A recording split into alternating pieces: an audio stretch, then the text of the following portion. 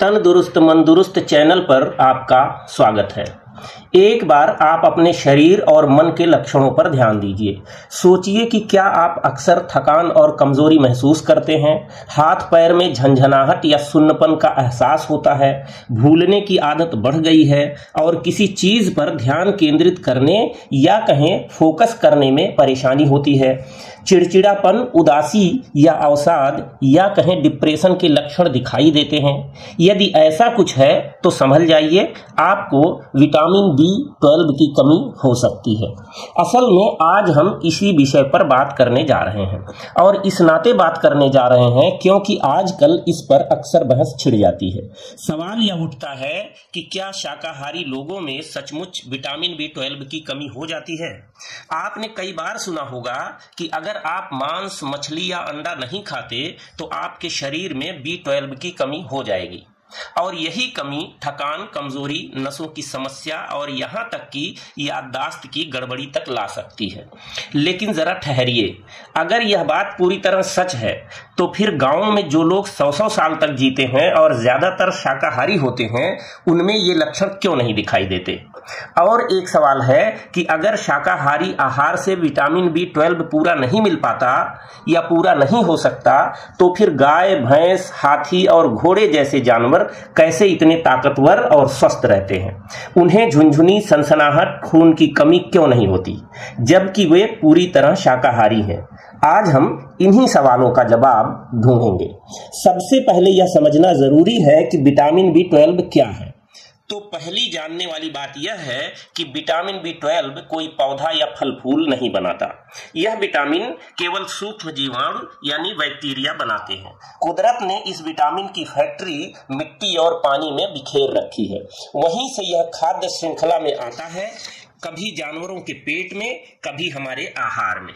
यानी vitamin B12 का असली स्रोत जानवर नहीं बल्कि ये सूक्ष्म जीव है। हमारे शरीर में भी ऐसे बैक्टीरिया रहते हैं जो विटामिन B12 बनाते हैं, लेकिन यह ज्यादातर बड़ी आंत में बनता है जिसे कोलोन कहते हैं।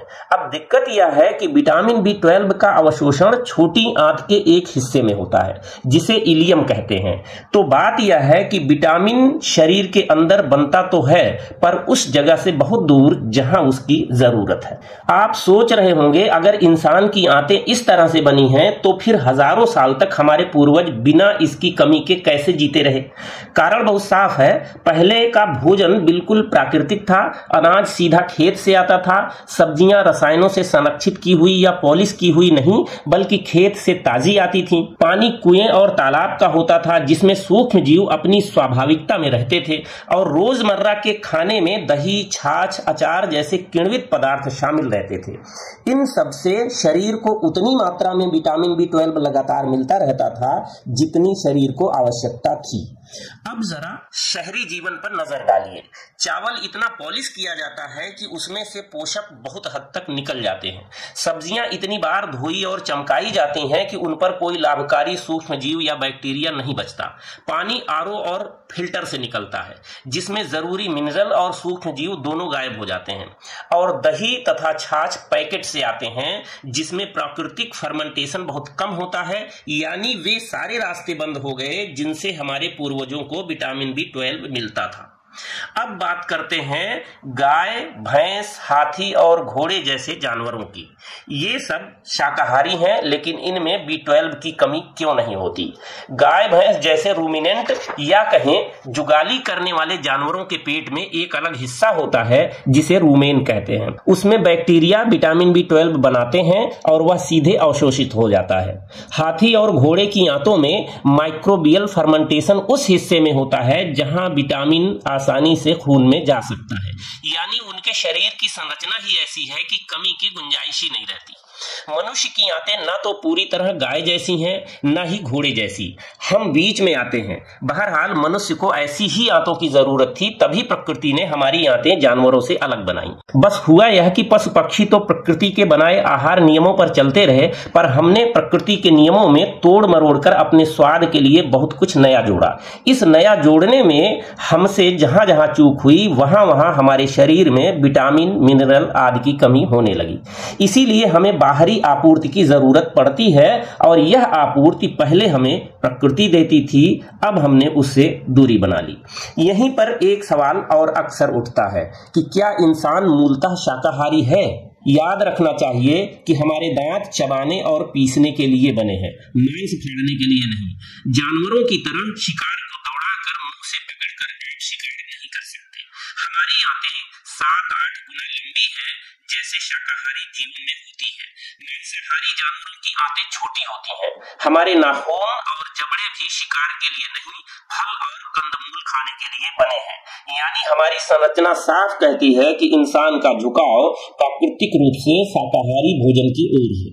हाँ, इंसान ने बुद्धि का इस्तेमाल करके मांस पकाना सीखा और उसे आहार का हिस्सा बना लिया, लेकिन इसे प्रकृति की अनिवार्यता नहीं बल्कि संस्कृति की सुविधा कह सकते हैं। खैर, अब तक की चर्चा से 3 बातें साफ हो जाती हैं। पहली, विटामिन B12 का स्रोत है सूक्ष्म जीवाणु यानी बैक्टीरिया। दूसरी, शाकाहारी आहार में पहले इसकी कमी नहीं होती थी क्योंकि हमारा भोजन और पानी प्राकृतिक था। और तीसरी, आधुनिक जीवन ने वे सारे रास्ते बंद कर दिए हैं जिनसे हमें यह विटामिन मिलता था। इसलिए आज जब डॉक्टर कहते हैं कि शाकाहारी लोगों में विटामिन B12 की कमी पाई जाती है, तो यह शाकाहार की कमजोरी नहीं बल्कि हमारी बदलती जीवन शैली का नतीजा है। आज के वैज्ञानिक शोध यह दिखाते हैं कि शाकाहारी लोगों में, खासकर जो दूध दही भी नहीं लेते यानी पूरी तरह वेगन होते हैं, उनमें विटामिन B12 की कमी ज्यादा पाई जाती है। भारत और यूरोप में किए गए अध्ययनों में यह साफ हुआ है कि करीब 50 से 70% लंबे समय से शाकाहारी लोग, अगर वे कोई सप्लीमेंट या फोर्टिफाइड भोजन नहीं ले रहे, तो उनमें B12 की कमी देखी जाती है। लेकिन इसका मतलब यह नहीं है कि शाकाहार गलत है। इसका असली मतलब यह है कि हमारी जीवन शैली बदल गई है। मिट्टी, पानी, किण्वित भोजन यह सब हमने छोड़ दिया और उसी का नतीजा है कि अब यह कमी नजर आती है। संकेत यह है कि प्रकृति की ओर कुछ हद तक ही सही लौटने की जरूरत है। कई लोग कहते हैं कि अगर B12 की कमी है तो इसका सबसे आसान तरीका है मांस, मछली और अंडा खाना। लेकिन सोचिए, अगर प्रकृति ने हमें मूलतः शाकाहारी बनाया है तो क्या यह उचित है कि हम केवल एक विटामिन के लिए मांसाहार अपनाएं? असल में यह प्रचार इसलिए भी बढ़ा है क्योंकि मांसाहारी खाद्य उद्योग बहुत बड़ा है। यह उद्योग हर संभव बहाने से यह साबित करना चाहता है कि मांसाहार ही सही वैज्ञानिक आहार है।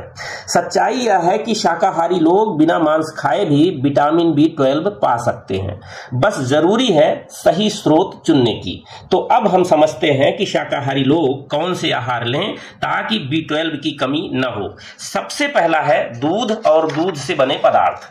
दूध, दही, छाछ और पनीर, इनमें थोड़ी बहुत मात्रा में B12 मिलता है।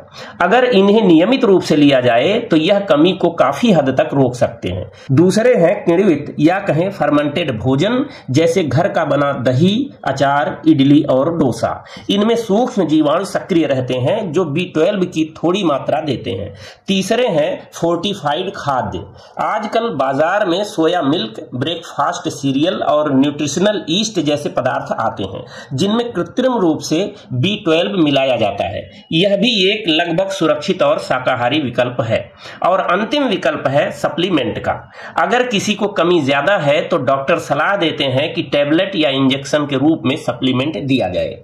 जरूरत हो तो कुछ समय तक इसे लिया जा सकता है और इसके लिए मांसाहार अपनाने की कोई जरूरत नहीं है। हमारे देश में तो पारंपरिक थाली ही ऐसा उपाय है जिसमें यह समस्या आसानी से हल हो सकती है।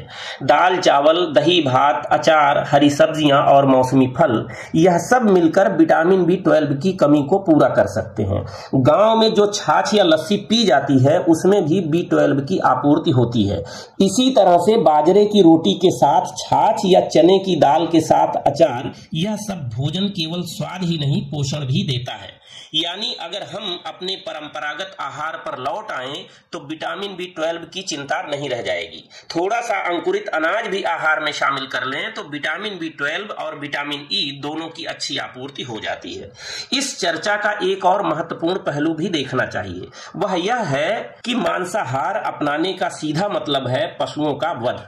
आप सोचिए कि सिर्फ एक विटामिन के लिए लाखों करोड़ों जानवरों का जीवन लेना क्या सही है? और सोचिए कि अगर पूरी दुनिया मांसाहारी हो जाए तो पर्यावरण पर कितना बोझ पड़ेगा। वैज्ञानिक रिपोर्टें बताती हैं कि मांस उद्योग ही ग्रीन हाउस गैस के उत्सर्जन का बड़ा कारण है। इसके उलट शाकाहारी आहार से पर्यावरण की रक्षा होती है और जीवन के प्रति हमारी करुणा संवेदना बनी रहती है। निष्कर्ष के तौर पर अब हम साफ समझ सकते हैं कि विटामिन B12 की कमी शाकाहार की कमजोरी नहीं है, यह हमारी बदलती जीवन शैली का नतीजा है। अगर हम प्रकृति की ओर लौटें और दही, छाछ, अचार, किण्वित भोजन और फोर्टिफाइड खाद्य अपनाएं तो हमें किसी कमी की चिंता नहीं करनी चाहिए। मांसाहार अपनाना कोई समाधान नहीं बल्कि समस्या को और बढ़ाना है। प्रकृति ने मनुष्य को जो शरीर दिया है वह शाकाहार के लिए ही अनुकूल है और अगर हम उसी अनुकूलता में जीवन जीते हैं तो न केवल B12 बल्कि किसी भी पोषक तत्व की कमी की कोई संभावना नहीं रहती। तो बात यह है कि B12 की कमी से बचने के लिए हमें मांसाहार नहीं बल्कि समझदारी से चुना गया शाकाहार चाहिए।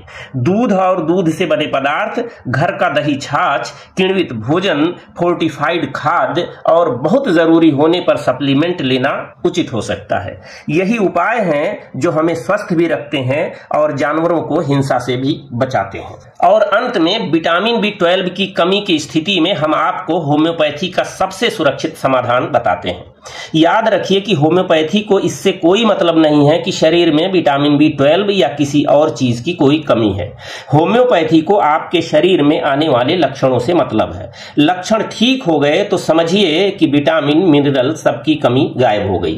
भोजन तो आपको ठीक करना ही पड़ेगा क्योंकि अंततः भोजन से ही सारी चीजें मिलती हैं, पर होम्योपैथी आपके शरीर की गतिविधि को ठीक कर देती है तो आपका शरीर भी जिस विटामिन को जैसे पूरा करना या बनाना होता है वैसा शरीर में होने लगता है। यही होम्योपैथी का रहस्य है और यही वास्तव में होना भी चाहिए। इसके लिए कुछ दवाओं के नाम आप नोट कीजिए। पहली दवा है कालीफास 6x, दूसरी दवा है कालीम्यूर 6x, तीसरी दवा है नेट्रमफॉस 6x, चौथी दवा है नेट्रम्यूर 6x और पांचवी दवा है अवेना सटाइवा क्यू का मतलब है मदर टिंचर। ये सामान्य दवाएं हैं, बिना लक्षणों के भी आप इनको ले सकते हैं, कोई नुकसान नहीं होने वाला है। बाकी विशेष परिस्थिति हो तो किसी अच्छे होम्योपैथ से जरूर सलाह ले लें क्योंकि लक्षण के हिसाब से तमाम दूसरी दवाएं जो हैं आपके विटामिन B12 की कमी को पूरा करने में मदद करेंगी। अब इन दवाओं को लेना कैसे है?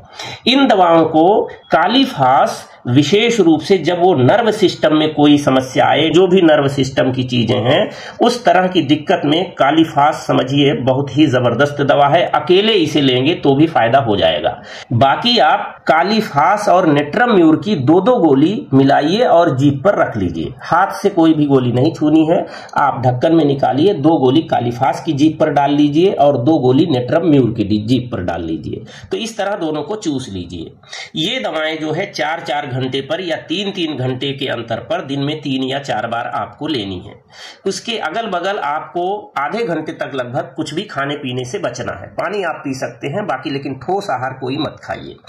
एक तरीका यह है। दूसरा जो है नेट्रमफास और कालीम्यूर, इन दोनों को भी इसी तरह से 2-2 गोली मिलाकर जीभ पर रखकर चूस सकते हैं। तो आपको करना इस तरह से है कि पहले आपने कालीफास और नेट्रम्यूर को लेकर जीभ पर चूस लिया, फिर अगले 2 घंटे बाद नेट्रमफास और कालीम्यूर को आपने 2-2 गोली जीभ पर रखकर चूस लिया। इस तरह से 2-2 घंटे पर जब आप बारी बारी से लेंगे तो 4-4 घंटे के अंतर पर ये दवाएं पड़ेंगी। तो एक तरीका यह है कि इस तरह से आप कुछ दिन लीजिए। दूसरा, इसके साथ चाहे तो इससे अलग भी ले सकते हैं, इसके साथ भी ले सकते हैं। अवेना सटाइवा क्यू जो है इसकी 10 से 20 बूंद गुनगुने पानी में सवेरे और शाम को आपको पीना है। गुनगुना पानी आधा कप लगभग चलेगा, उसमें 10 बूंद से लेकर 20 बूंद के बीच में आप अवेना सटाइवा टपका दीजिए और चाय की तरह आराम आराम से पी लीजिए। तो इस तरह से ये दोनों तरीके आप अपनाएंगे, बायोकेमी और होम्योपैथी की मदर टिंचर, तो आप देखेंगे कि कुछ दिनों में आपके शरीर में जो गतिविधियां हैं वो ठीक होने लगी हैं और विटामिन B12 की कमी कमी भी समाप्त होने लगी है। और कोई विशेष परिस्थिति हो तो मैंने बता दिया कि किसी होम्योपैथ से जरूर आप मिलें। तो ये सुरक्षित तरीके हैं आपके शरीर में विटामिन B12 को पूरा करने के लिए। मेरे ख्याल से बात आपको समझ में आई होगी। याद रखिए कि तंदुरुस्त तो मन दुरुस्त, स्वस्थ शरीर और करुणामय जीवन, यही है असली समग्र स्वास्थ्य। आज बस इतनी सी बात। हमारी सलाह अच्छी लगी हो तो वीडियो को अपने मित्रों में भी साझा करें ताकि स्वस्थ भारत का हमारा कुनबा तेजी से आगे बढ़ सके। स्वस्थ रहें, मस्त रहें, अच्छे काम में व्यस्त रहें। बहुत बहुत धन्यवाद। वंदे मातरम। स्वस्थ भारत।